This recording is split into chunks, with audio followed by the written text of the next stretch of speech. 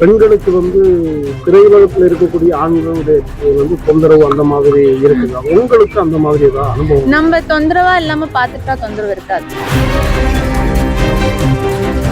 உங்களுக்கு அந்த மாதிரியான கசப்பான அனுபவம் ஏதாவது இல்லை? இல்ல, அதுதான், நான் தொந்தரவு இல்லாத மாதிரி நானே பாத்துட்டேன். அதனால எனக்கு அந்த அனுபவம் நம்ம கையில தானே இருக்கு.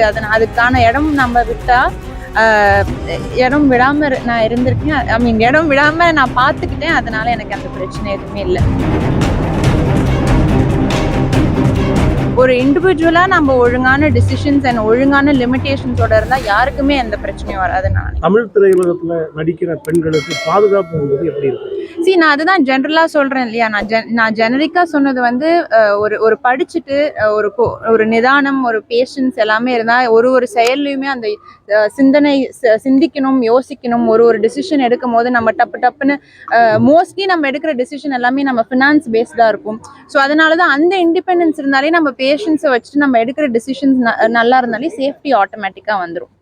இந்த பெண்களுக்கு திரையுலகத்துல இருக்கக்கூடிய ஆண்களுடைய தொந்தரவு அந்த மாதிரி இருக்குதா? உங்களுக்கு அந்த மாதிரி ஏதாவது அனுபவம்? நம்ம தொந்தரவா இல்லாம பாத்துக்கிட்டா தொந்தரவு இருக்காது. உங்களுக்கு அந்த மாதிரியான கசப்பான அனுபவம் ஏதாவது இல்லை? இல்ல, அதுதான், நான் தொந்தரவு இல்லாத மாதிரி நானே பாத்துக்கிட்டேன். அதனால எனக்கு அந்த அனுபவம் நம்ம கையில தானே இருக்கு. அதுக்கான இடம் நம்ம விட்டா இடம் விடாம நான் இருந்திருக்கேன். இடம் விடாம நான் பாத்துக்கிட்டேன். அதனால எனக்கு அந்த பிரச்சனை எதுவுமே இல்லை. இந்த காலத்துல இந்த மாதிரி பிரச்சனை வர்றதுக்கு காரணம் என்னன்னு நினைக்கிறேன்? இந்த காலம் நான் சொல்ல மாட்டேன். எல்லா காலத்துலயுமே எல்லா ஃபீல்டுலயுமே எல்லா விதமான பிரச்சனையும் இருக்கும்.